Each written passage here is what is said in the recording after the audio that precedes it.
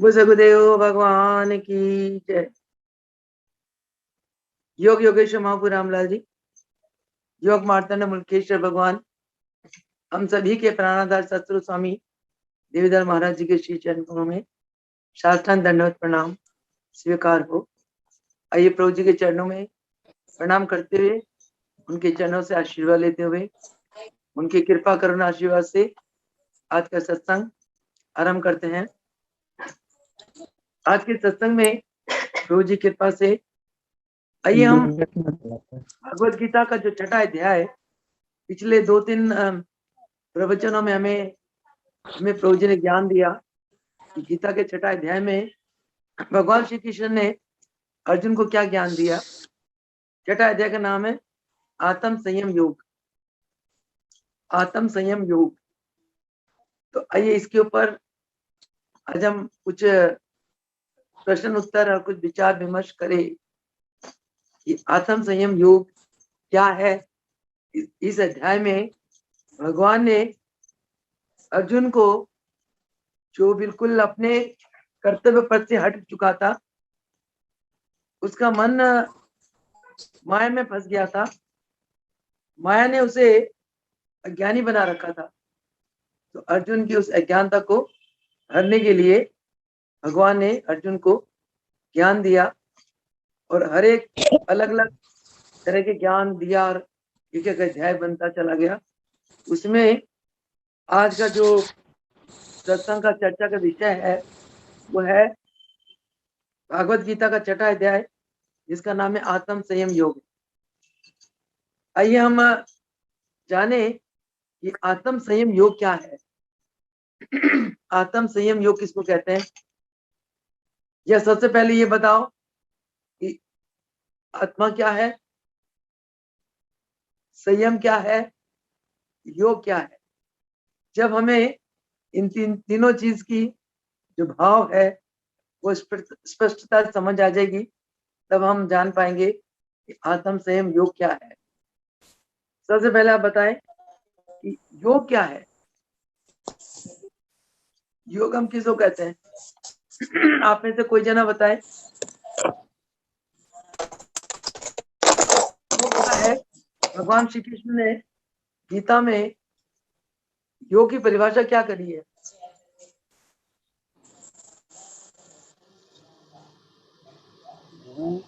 चंद्रकला बताओ।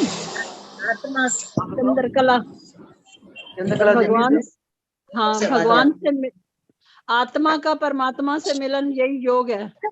आत्मा परमात्मा का मिलन को योग कहते हैं। आत्मा क्या है वो ही हमने बता दिया। परमात्मा, जैसे आत्मा एक पिंड को संभालती है और परमात्मा ब्रह्मांड को संभालते हैं। और महाराज जी भी अपने प्रवचनों में फरमाते रहे कि जो पिंडे सो ब्रह्मांडे, जो खोजे सो पावे। यानी कि ब्रह्मांड में जो कुछ भी है वो हमारे पिंड देश में है। अगर हम इसको खोजेंगे, अंदर जाएंगे, अंदर की यात्रा करेंगे, तो ब्रह्मांड में जो नजारे हैं वो नजारे हमें पिंड में अंदर दिखाई देते हैं, दिखाई देते हैं। हाँ, दिखाई देते हैं। आगे ये आत्मा और परमात्मा का मिलन क्या है, आप कैसे डिफाइन करोगे, या इसको आप एक साधारण व्यक्ति को कैसे समझाओगे? तो भौतिक चीजों की मिलन तो समझ आती है, आत्मा भी सूक्ष्म है, परमात्मा भी सूक्ष्म है। आत्मा दिखाई नहीं देती, आत्मा का प्रकाश, आत्मा का जो बाहर का रूप है वो दिखाई देता है। परमात्मा दिखाई नहीं देते। तो परमात्मा जो ये सृष्टि को चला रहे, बंद कर, कम कर दे। परमात्मा जो ये सृष्टि को चला रहे है, इससे परमात्मा की अनुभूति होती है। आत्मा भी एक अनुभूति की चीज है, परमात्मा भी एक अनुभूति की चीज है। तो आत्मा आपकी परमात्मा में लीन हो गई, वो आप कैसे फील करोगे, कैसे किसी को समझाओगे? अपने शरीर तो नश्वर है ना, शरीर नश्वर है। जैसे पुराना वस्त्र छोड़ा जाता है वैसे ही शरीर भी छोड़ा जाता है। वो बहुत ठीक है। हाँ, अपने प्राणों में उनका मनन करके तभी उनको पाया जा सकता है। आत्मा और हाँ, परमात्मा का प्राण तभी मिलन होता है जब हम अपने प्राणों से उनका मनन करेंगे, उनकी हाँ, अनुभूति प्राण होगी। एक माध्यम है।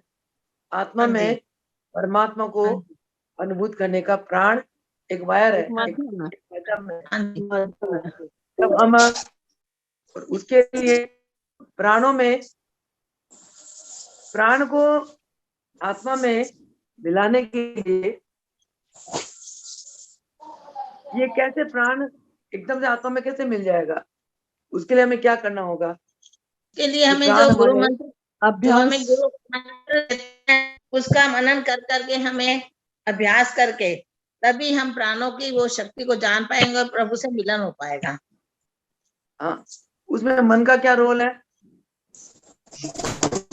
मन को संयम में रखना, मन को संयम में रखना। मन को संयम में रखना और मन को वश में रखना। हाँ जी, हाँ, ये जो आत्म संयम योग है, हाँ जी, इस चैप्टर में यही कुछ है कि आत्म संयम योग में योगी अपनी आत्मा को कैसे संयमित कर लेता है, उसके लिए योगी क्या क्या साधन करता है, उसका मन की दिशा कैसा होना चाहिए और उसको मन की अवस्था क्या क्या होनी चाहिए। भगवान ने अर्जुन को इस अध्याय में यही कुछ समझाया। जब तक आत्मा संयमित ना हो तब तक आप इस आत्मा में परमात्मा को अनुभूत नहीं कर सकते। आत्मा का संयम का मतलब प्राणों का संयम। प्राणों का संयम कैसे करोगे? कि प्राणों में दिन रात चिंतन करोगे। किसका चिंतन करोगे? गुरु मंत्र के जाप का चिंतन करोगे। ठीक है? हाँ जी, अच्छा, हाँ जी। अब आप मुझे ये बताएं कि क्या योग और संन्यास एक ही चीज है? इस अध्याय में भगवान ने योग और संन्यास के बारे में इधर इधर देख सकते हैं। योग और ये भी देख लें, संन्यास के बारे में भगवान ने जिक्र करा। क्या योग ऊपर नहीं है? भगवान ने योग और संन्यास दोनों के बारे में जिक्र करा। आप बताओ, योग क्या है और संन्यास क्या है? क्या दोनों एक है या दोनों भिन्न भिन्न है? दोनों की परिभाषा को आप कैसे समझाओगे? योग और संन्यास माशिरी जी अलग अलग चीज है, योग अलग में अलग है दोनों।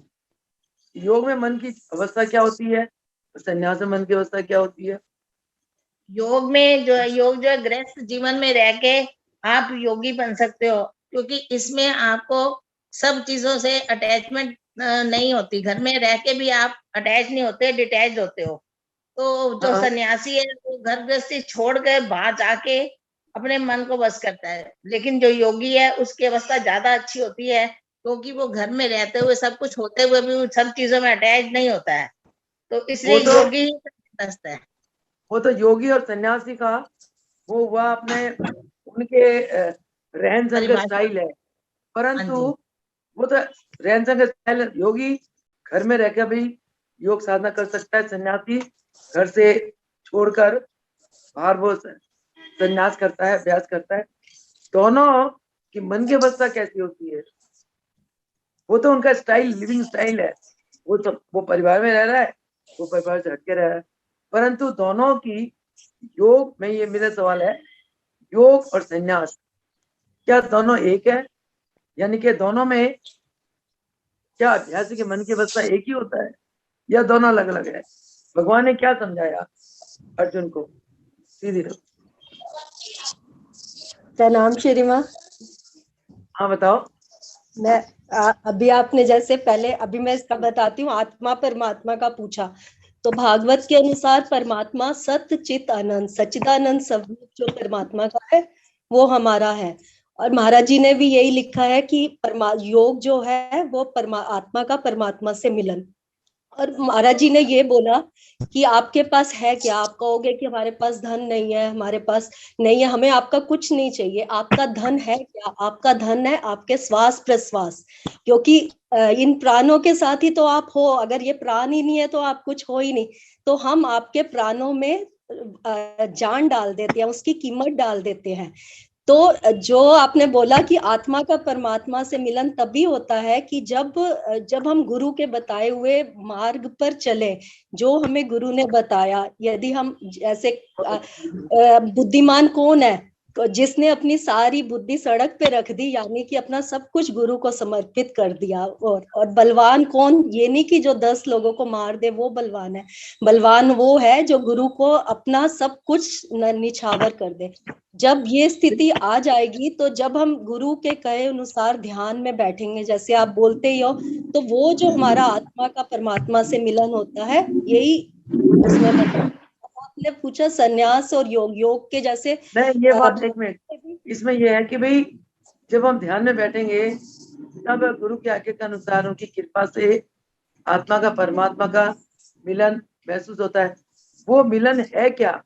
मेरा प्रश्न ये है, आप उसको कैसे डिफाइन करोगे कि आपने आत्मा परमात्मा में लीन हो गई? आप कैसे डिफाइन आनंद, करोगे? आनंद आ जाता है ना। आनंद आनंद आ की जाता है। आनंद तब आता है क्योंकि आप जब आपका मन जब आत्मा में स्थित हो जाता है तो आपको आनंद आता है। ये तो मन का स्वरूप है। मन जब मन संसार में फंसा रहता है तब तो मन दुखी रहता है। मन की चंचलता जीव को दुख देती है। जिस घड़ी नहीं ठीक हुआ, दोबारा कर। जिस घड़ी आप का मन शांत हो जाता है, आत्मा में स्थित हो जाता है, आपको वो आत्मा का आनंद आपका मन महसूस करता है। और मन आत्मा में तब स्थित होता है जब आप प्राणों को संयमित कर लेते हो। प्राणों का संयम तब होता है जब आप प्राणों में गुरु के दिए मंत्र को जाप करते हो। श्वासों का जाना तो है ही है, श्वासों की कीमत अलग है, अनमोल है।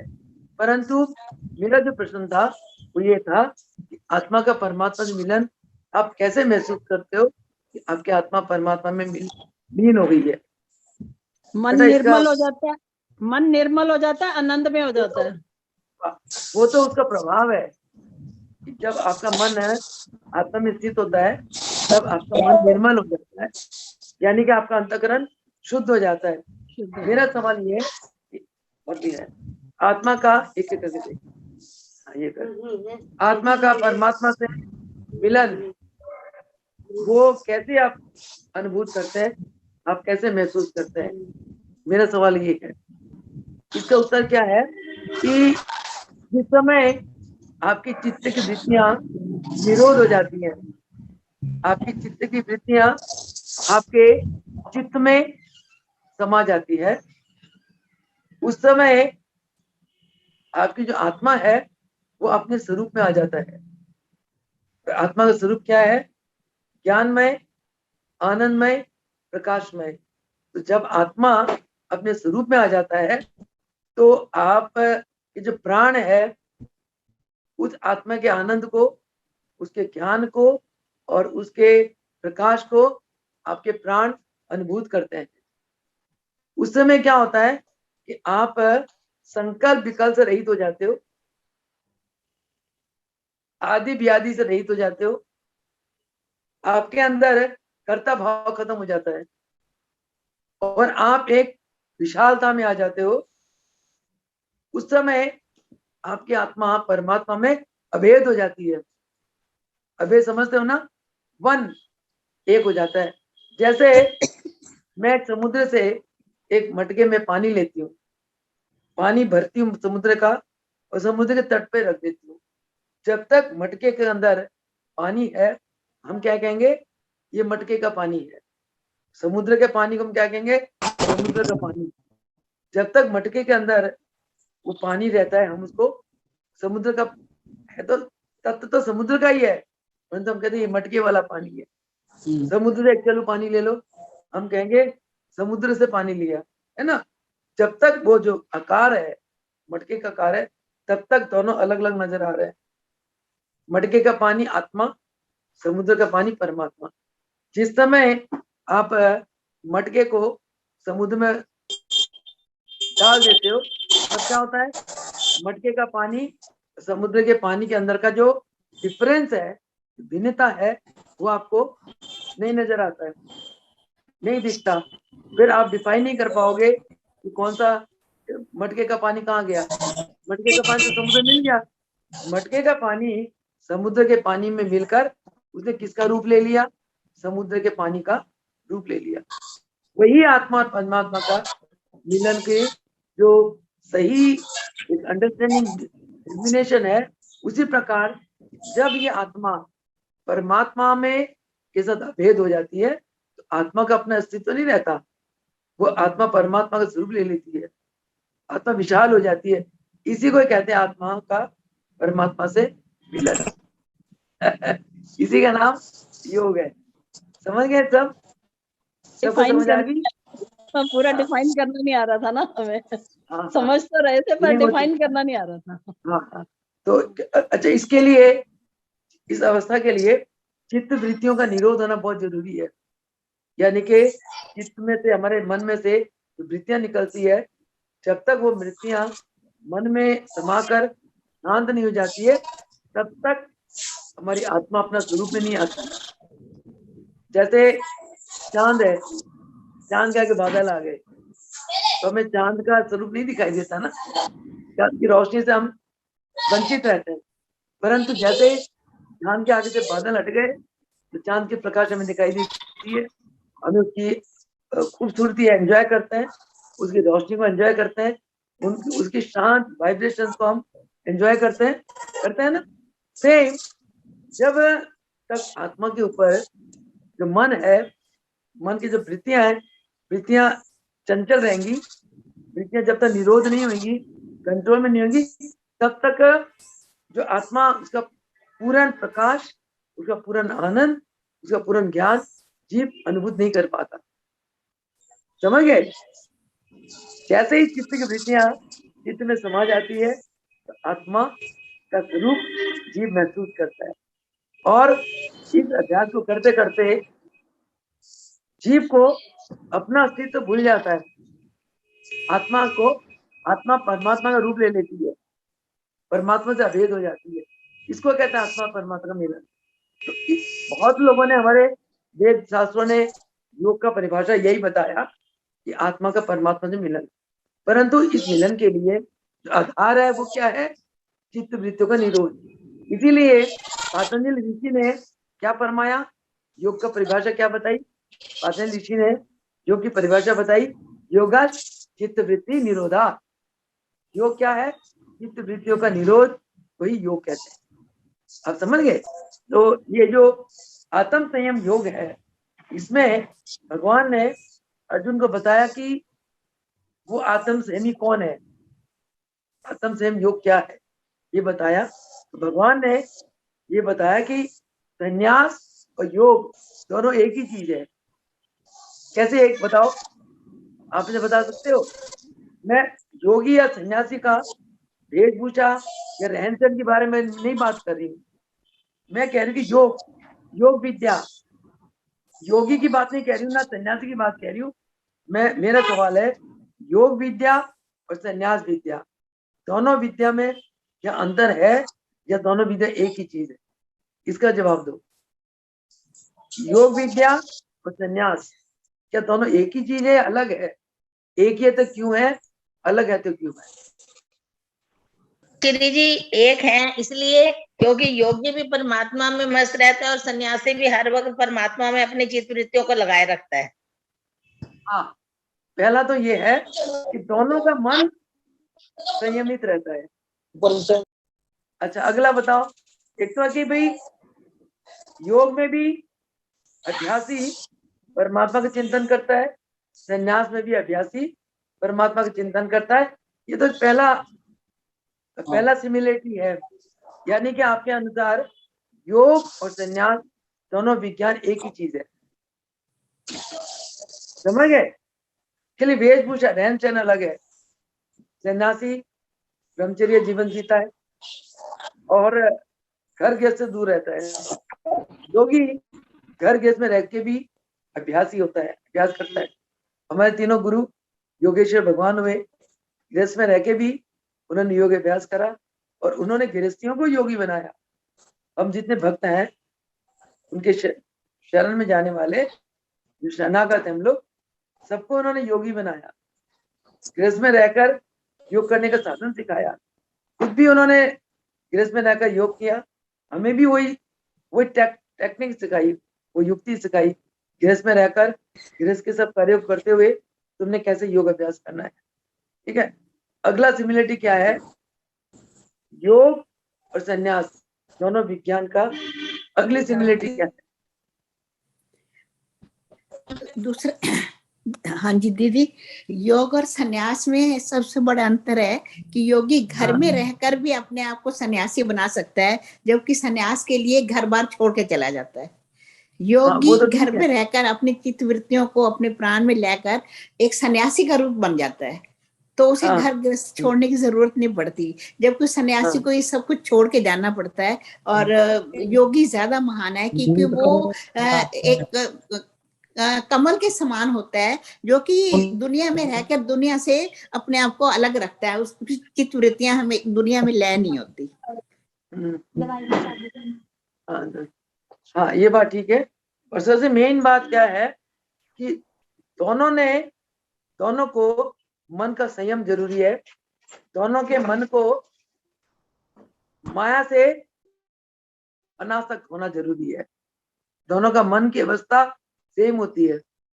योगी भी माया से लिपायमान नहीं होता, सन्यासी भी माया से लिपायमान नहीं होता।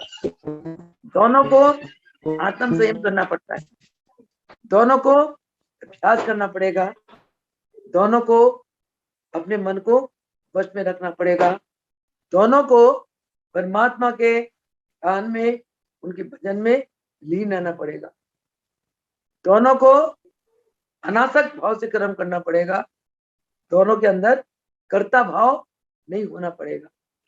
ये उनकी सिमिलरिटीज है। तो इसीलिए भगवान ने अर्जुन को समझाया, अर्जुन तू सन्यासी को भी योगी जान, योगी को भी सन्यासी जान। योग और सन्यास दोनों एक ही चीज है, क्योंकि दोनों में मन की अवस्था एक ही होती है, दोनों को मन को वश में करना होता है। ये आत्म सन्यास योग में भगवान ने अर्जुन को बताया। चलो अब अगली आप बताओ कि जब योगी योग में आरूढ़ हो जाता है उस समय उसकी मन की अवस्था कैसी होती है? जब योगी योगमय हो जाता है,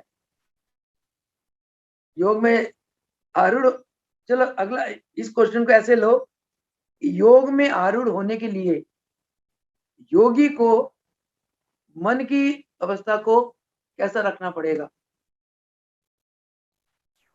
आप और हम ही ले लें, अगर हम चाहते हैं कि हम योग में आरूढ़ हो जाए तो हमें अपनी मन की अवस्था को कैसे रखना पड़ेगा? वश में रखना होगा। Very good. पहला है वश में रखो, दूसरा निस्वार्थ से कैसे रखो? वश में कैसे रखो? मन को स्थिर करना पड़ेगा ना भगवान। हर वक्त अपने मन को परमात्मा में लीन रखो। अरे रुचि बीच में माइक अनम्यूट करो, माइक को खोलो अपनी। रुचि तुम्हारी आवाज नहीं आ रही है, रुचि माइक को ऑन करो। हाँ जी माश्री माँ, जो डॉली आंटी बोल रही है वही मुझे बोलना था। सेकंड है फोकस, हमें हमारा फोकस पहले तो मन को शांत रखना है, सेकंड हमें परमात्मा के प्रति वो फोकस रखना है, मन एकाग्रित करना है। हाँ जी। अगला पॉइंट है मन को शांत रखना है, तीसरा पॉइंट है मन को एकाग्रित रखना है, चौथा पॉइंट सबको समान रूप से देखना है, एक समता। भगवान ने योग की परिभाषा गीता में यही कही है, समता ही योग है। आप सम अवस्था में रहो, सम दृष्टि में रहो, यानी कि मान अपमान में सम, सुख दुख में सम, लाभ हानि में सम। समता योग को ही भगवान ने गीता में अर्जुन को योग की परिभाषा बताई। योग क्या है? सम अवस्था, मन का सम अवस्था, सुख दुख में समान, लाभ हानि में समान, मान अपमान में समान, यश कीर्ति या बुराई में समान। हर अवस्था में जब मन की अवस्था सम हो जाएगी तब हम योग में आरूढ़ हो पाएंगे। एक और बहुत इंपॉर्टेंट पॉइंट है, बताओ, योग में आरूढ़ होने के लिए एक और क्वालिटी, एक और संयम हमारे अंदर आना होगा। ये सभी बातें, निस्वार्थ ये सभी बातें आत्म संयम योग में लिखा हुआ है। अब बोलो। निस्वार्थ होके सबका भला करना, किसी से कोई अपेक्षा नहीं करना। हाँ, ये भी निस्वार्थ। है। हाँ, उससे क्या होगा? निस्वार्थ भाव से कर्म करने से हमें योग मार्ग में सफलता जल्दी मिलेगी, क्योंकि हमारे कर्म, जन्मों के कर्म हमें हमारे साधना के मार्ग में विघन बन के रह जाते हैं। तो जन्मों के कर्म करते हैं निष्काम कर्म से, निष्काम सेवा से। जब जन्मों के कर्म कट जाते हैं तो योग मार्ग में हमें सफलता जल्दी मिलती है। इसलिए कहते हैं कि अगर योग मार्ग में जल्दी जल्दी सफलता पानी हो तो हमें निष्काम भावना से कर्म करना चाहिए। हमें दूसरों के दुख को अपना दुख समझना चाहिए, दूसरे को सुख को अपना सुख समझना चाहिए, और दूसरों को अपने समान समझना चाहिए। पिछले अध्याय में, 5वें अध्याय में, भगवान ने श्रेष्ठ योगी के गुण में ये बताई थी अर्जुन को कि अर्जुन, परम श्रेष्ठ योगी कौन है? जो दूसरों के दुख को अपना दुख समझता है, दूसरे के सुख को अपना सुख समझता है, और दूसरे को अपने समान समझता है। कहते वो योगी, योगी परम श्रेष्ठ योगी है। ये तो है, एक और बहुत जबरदस्त क्वालिटी है। अगर वो क्वालिटी को हम अपना ले, संयम करना मतलब, संयम करना का मतलब क्या है कि हमने पुरुषार्थ के साथ इन क्वालिटीज को अपने अंदर लाना है। इसको संयम कहते हैं। आत्म संयम योग, यानी कि आत्मा को, आत्मा से कनेक्टेड वृत्तियों को, संकल्पों को हमने संयमित करना है, तभी हम योग रास्ते में आरूढ़ हो पाएंगे। एक और बहुत इंपॉर्टेंट पॉइंट है, आप बताओ, योग में आरूढ़ होने के लिए हमें अपने अंदर और कौन सी क्वालिटी लानी पड़ेगी, कौन सा संयम लाना पड़ेगा? आपके अंदर है, बहुत सिंपल है, मैं बताऊं? अभ्यास करना चाहिए रोज। अभ्यास तो है ही है, वो तो है ही है। अभ्यास के बिना तो कुछ भी नहीं है। आत्म संयम, आत्म संयम, आत्म संयम होगी तो योग में आरूढ़ अवस्था आ जाएगी। मैं आत्म संयम के लिए ही पॉइंट बता रही हूँ, कोई पॉइंट पूछ रही हूँ, कौन कौन से और पॉइंट्स है जिससे हमारा आत्मा संयमित हो जाए? आप ही बता दो माश्री जी। उसके लिए क्या है, हमारे अंदर संकल्प नहीं होना चाहिए। संकल्प, समझ गए? और संकल्प से ही इच्छा उठती है। इच्छा को जन्म कौन देता है? संकल्प देता है। संकल्प नहीं होना चाहिए और इच्छाएं नहीं होनी चाहिए। अगर आपके अंदर इच्छाएं होंगी तो आपको योग मार्ग में आप आरूढ़ नहीं हो पाओगे। जैसे ध्यान में बैठोगे, आपके अंदर जागेंगी, आप ध्यान में फोकस नहीं कर पाओगे, भगवान के स्वरूप में अपनी आत्मा को अभेद नहीं कर पाओगे, या आत्मा की जो आनंद है, उसका जो फीलिंग्स, वाइब्रेशंस है, उसका जो दिव्यता है, उसका जो ज्ञान है, उससे वंचित हो जाओगे। अगर संकल्प है तो, संकल्प means to determine to get something, some object. विकल्प क्या है? कोई चीज पाने के लिए आप कल्पना में घूम रहे हैं, ये हो जाता है, मैं ये कर लूं, ये कर लूं, ये होता तो वो हो जाता है। ऐसे मन को विकल्पों में फंसाए रखना। संकल्प का मतलब मुझे ये करना है, मुझे ये पाना है, और पाने के लिए अगर इच्छाएं पैदा होंगी, जहाँ इच्छा आ गई वहां आप योग में नहीं आरूढ़ हो पाओगे। ये बिल्कुल ठीक कहा मासी जी। जब कभी हम बार ध्यान बार में बैठते हैं ना, तो कभी कोई संकल्प होता है ना कि हमने ये करना है, यहाँ जाना है, वहां जाना है, उस दिन ध्यान में मन ही नहीं लगता। और जिस दिन बिल्कुल ऐसे बैठे हैं निश्चिंत होके, उस दिन मन लगता है। ये बिल्कुल बहुत अच्छा पॉइंट समझाया आपने, बहुत ही अच्छा। अच्छा, अब अगला प्रश्न है कि इंसान का मीत कौन है और इस इंसान का दुश्मन कौन है? मन नहीं, हमारे गुरु भगवान ही है। मन नहीं है। गुड। दुश्मन बात है है। काम, क्रोध, लोभ, मोह, अहंकार, ये सारे हमारे दुश्मन है। ये क्वालिटीज कहाँ रहते हैं? हमारे मन के अंदर। मन के अंदर। हाँ, हाँ। तो और हमें अच्छा मार्ग लेने के लिए कौन प्रेरित करता है? सतगुरु। हमारे गुरु भगवान जी, हमारी आत्मा। गुरु। हाँ, हमारी नहीं, आत्मा। गुरु किसको टच करते हैं? मन को। आत्मा हमें को। नीचे बैठी है, गुरु किसको दिशा देते हैं? आत्मा मन को। को। मन को। आत्मा मन को। को। आत्मा तो है ही। मन को मन दिशा को। देते हैं। मन को। मन को गुरु दिशा देते हैं। मन को दिशा देते हैं। हाँ, मन को जी, दिशा समझ देते गए? हैं। तो हाँ हाँ, जी। तो इंसान का जो मन है वही मीत है और वही दुश्मन है। दुश्मन है। समझ गए? हम्म। हाँ जी। और वही देखता है, वही देखता है, जी वही मासी। दिखाता है। अगर जी मन है मासी। खुश है, आप खुश हैं। मन दुखी है तो आप दुखी हैं। तो मन ही आपका मीत है, मन ही आपका दुश्मन है। इस मन को आपने वश में करना है। मन के अंदर, अच्छा, मन को वश में कैसे करोगे? कैसे करोगे? मन में मन वश को में वश अपनी करने में के लिए इच्छाओं करने का के लिए दमन करके। अपने प्राणों में गुरु मंत्र का जाप करना, अपनी चित्त वृत्तियों का निरोध करना है। अच्छा, उसके पहले आप क्या करोगे? गुरु अपनी मंत्र का इच्छाओं जाप का करते दमन करते, करेंगे। नहीं, गुरु मंत्र का जाप करते करते आपके मन में कोई भी बात आ जाती है। किसी के लिए गुस्सा आ जाता है, किसी के लिए द्वेष आ जाता है, किसी के लिए प्यार आ जाता है, तो आप क्या करोगे उस समय? अपने आप को कंट्रोल करना है। आप करते, संयम। मतलब संयम। अपने मन को शांत रखना, कंट्रोल संयम। करना। अपने मन को विचलित नहीं होने देना, हाँ, अपने मन संयम को करना। शांत रखना। तो योग में आरूढ़ होने के लिए मन को शांत रखना, ये बहुत एक इम्पोर्टेंट बात है। मन के जो संकल्प, विकल्प और इच्छाएं, ये मन को अशांत करते हैं। मन अशांत रहेगा तो आप परमात्मा के ध्यान में या योग में आरूढ़ नहीं हो पाओगे, योग में एब्जॉर्ब नहीं हो पाओगे। उसके लिए मन को शांत रखना है। एक कवि ने कहा, तो तोरा मन दर्पण कहलाए, भले बुरे सारे कर्मों को देखे और दिखाए।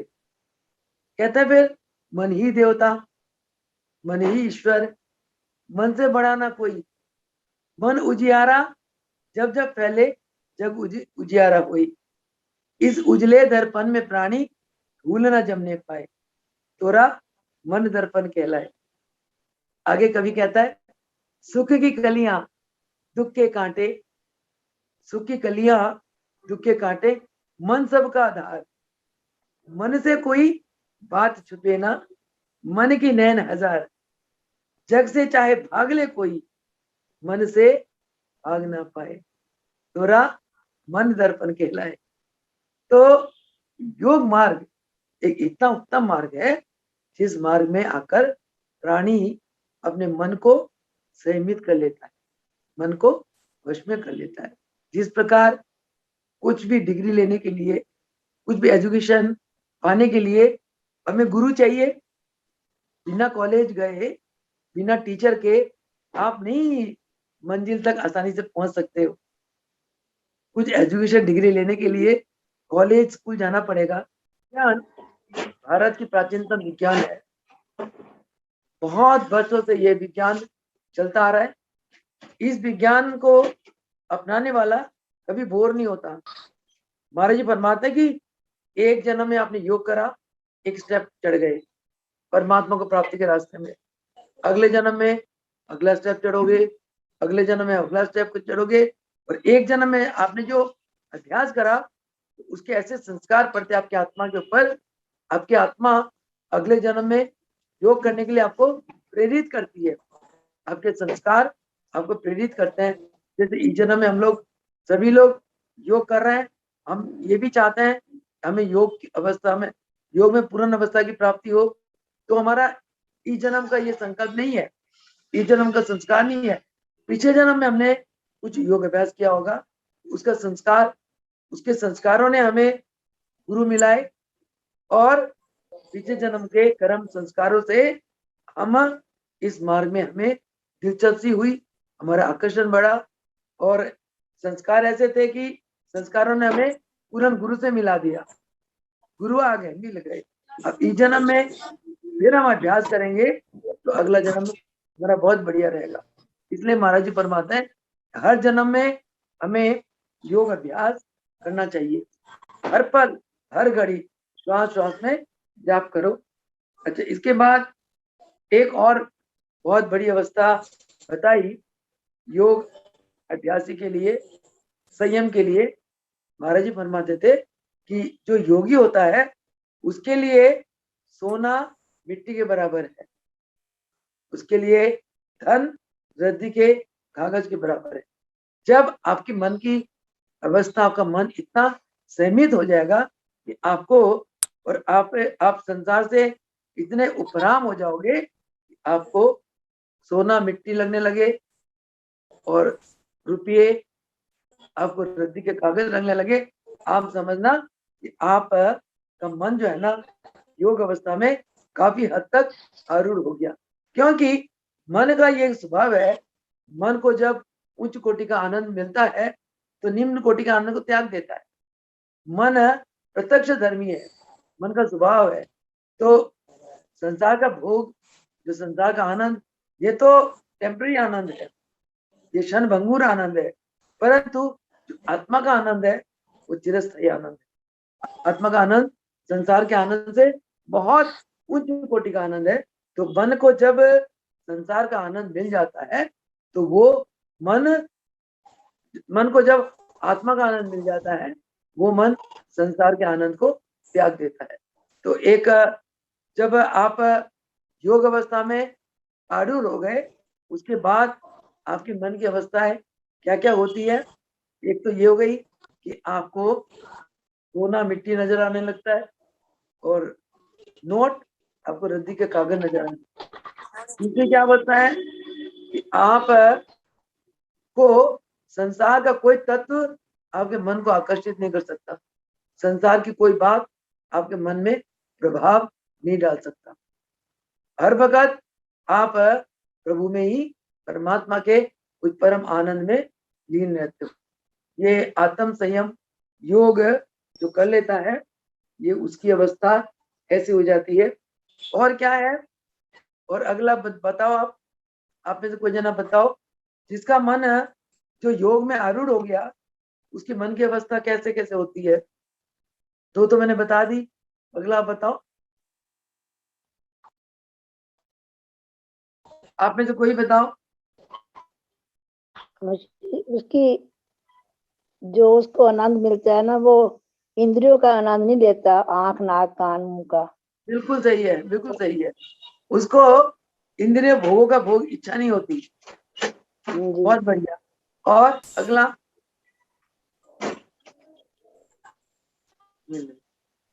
और बताओ। और दुख सुख में मान में विचलित नहीं होता माशु जी। हाँ हाँ, वो तो मैंने बता दिया था आगे।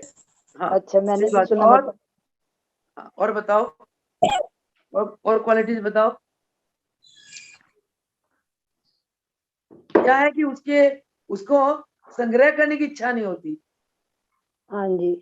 जिसका मन परमात्मा में लीन हो गया, परमात्मा के आनंद में जिसका मन जम गया, उसको कोई चीज संग्रह करने की इच्छा नहीं होती। और बताओ, एक इम्पोर्टेंट क्वालिटी है जो महाराज जी फरमाते थे योगी के लिए, बताओ। क्या फरमाते थे महाराज जी? रब जिनादी दोस्ती, रब जिनादी दोस्ती, मन संतान दा गुप्तार, रजना खांदे रोटियां, ना सोंदे पैर पसार। जो जो भगवान के प्रेम में लीन हो जाता है, उसको ना ज्यादा नींद आती है, ना वो ज्यादा जागता है, ना ज्यादा खाता है, और ना ज्यादा भूखा रहता है, और ना ज्यादा बोलता है, और ना ज्यादा मौन रहता है। ये सारे क्वालिटीज उसके अंदर आ जाती हैं। इसके अलावा क्या है बताओ? और क्वालिटीज बताओ जिसने अपने चित्त को, अपने मन को जिसने वश में कर लिया, उसके अंदर और कौन से गुण आते हैं? तो वो मासी जी वो सब में परमात्मा को ही देखेगा ना, हाँ, जो सबसे प्रेम व्यवहार करेगा, उसका हाँ जी, व्यवहार हाँ, प्रेम वाला होता है। और क्या वो होता है? सब वो ना किसी से ज्यादा अपेक्षा करेगा, ना उम्मीद रखेगा किसी से किसी तरह की। बिल्कुल सही बात है। और क्या होता है? उसका मन स्थिर हो जाएगा। हाँ, और उसके मार कर्म कैसे मान होंगे? दुख, मार मान दुख सुख, हाँ, मतलब उसका बराबर है। हाँ, सम सब हाँ, और उसके एक कर्म, समान लगेंगे उसको। बिल्कुल, और उसके कर्म कैसे होंगे? कर्म वे तो सुख व्यक्ति देने वाले होंगे। कर्म सुख देने होंगे, आहार व्यवहार हाँ कर्म में उच्च कोटि का होगा, उसका आहार सात्विक होगा, व्यवहार सात्विक होगा, कर्म क्या? मन वचन कर्म से वो एक होगा। हाँ ऐसा व्यक्ति आपको जीवन में मिले, आप समझना इसने अपने मन को वश में कर लिया, ये योग अवस्था इसको मिल गई है, ये योग में आरूढ़ हो गया है। और इससे क्या होता है? इसके अलावा एक तो ये कि सभी में आत्मा को देखता है, आत्मा को देखते हुए वो संतुष्ट रहता है, और उसको ऐसी आनंद की प्राप्ति होती है जो इंद्रियों से परे है, करे जिसको अक्षय आनंद कहते हैं, तो इंद्रियों से ऊपर है। यह आनंद जब मिल जाती है, जैसे रामरती वो संसारिक भोग वाले आनंद ले रही थी, तो प्रभु जी ने कहा भाई तू संसारिक भोग वाले आनंद में क्यों इतना मस्त है? तो उसने कहा प्रभु जी मैं आनंद के लिए करती हूँ, संसारिक भोगों से मुझे आनंद मिलता है। तो कहते बेटी अगर तेरे को मैं इससे भी ऊंचा आनंद दे दूं, ये आनंद छोड़ देगी तू? कहते प्रभु इससे भी कोई ऊंचा आनंद है? तो उसने कहा हाँ है। कहते हाँ मैं छोड़ दूंगी। तो उसने कहा कि अगर जो संसार के आनंद है, तो भोगों में आनंद है, इससे ऊपर कोई आनंद है आप मुझे दे दीजिए, मैं ये आनंद छोड़ दूंगी। प्रभु जी ने बैठा दिया रामरती को, ऐसे आशीर्वाद दिया, प्रभु जी के हाथ से प्रकाश निकली, किरणें निकली, ईश्वरीय दिव्य किरणें निकली, और वो किरणें रामरती के मस्तक में एंटर कर गई, उसको समाधि लग गई।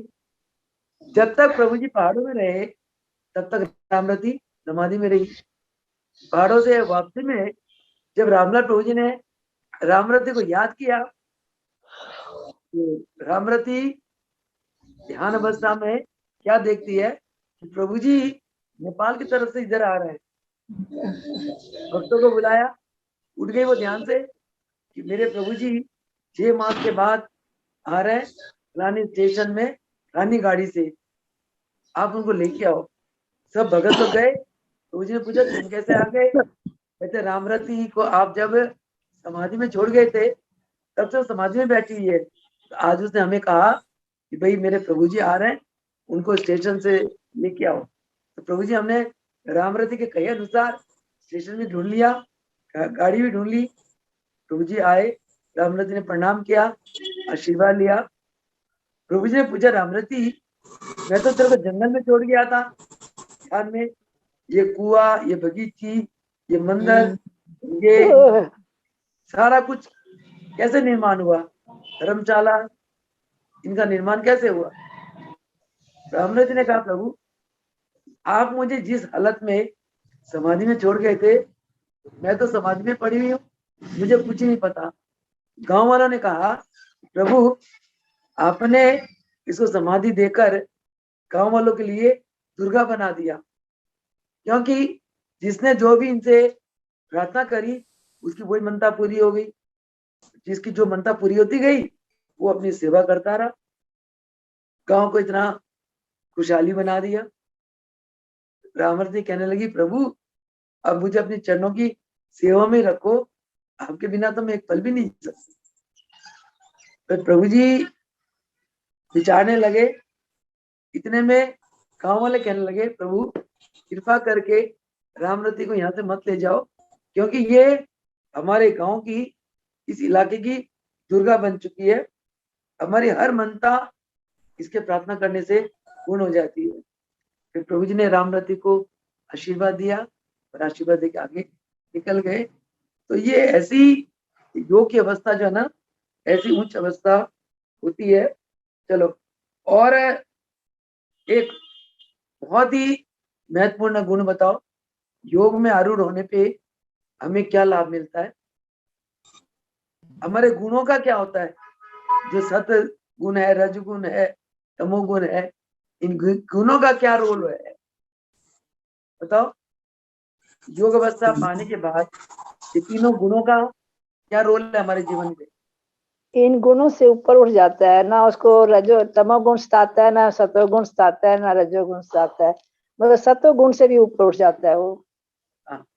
एक तो वो व्यवहार में सात्विक होता है, आहार व्यवहार में, और उसकी मन की अवस्था इन त्रिगुणी माया से ऊपर हो जाती है।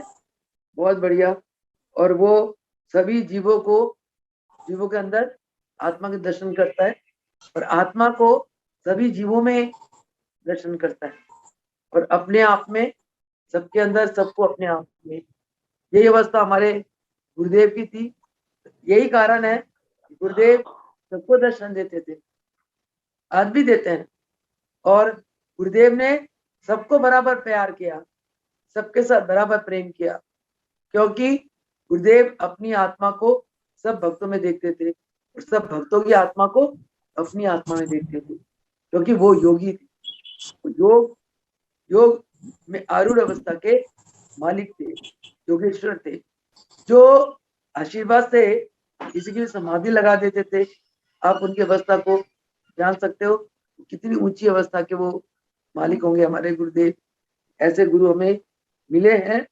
और भगवान कृष्ण ने लास्ट में अर्जुन को कहा कि अर्जुन, सभी प्राणियों में मुझे जो देखते हैं, और जो योगी हर पल मेरा भजन करता है, हर पल मुझ में ही स्थित रहता है, और कभी सुख हो या दुख हो, अर्जुन वो किसी की भी सुख या दुख को अपना सुख दुख समझता है। तो अर्जुन, वो योगी मेरा रूप है, मैं योगी का रूप हूँ, योगी मेरा रूप है।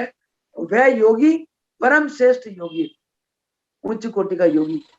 ऐसे भगवान ने अर्जुन को इस अध्याय में समझाया आत्म संयम योग। उसके बाद अर्जुन के अंदर कुछ प्रश्न उठते हैं, भगवान उसके जवाब देते हैं। आज समय की मर्यादा को देखते हुए कल हम इसके ऊपर फिर प्रश्न उत्तर करेंगे आत्म संयम योग में। अब अर्जुन क्या प्रश्न करते हैं, भगवान उसके ऊपर क्या जवाब देते हैं, कल इसके ऊपर हम प्रश्न उत्तर करेंगे। इसके ऊपर सत्संग चलेगा। आज इन्हीं शब्दों के साथ आज का सत्संग समाप्त करते हैं।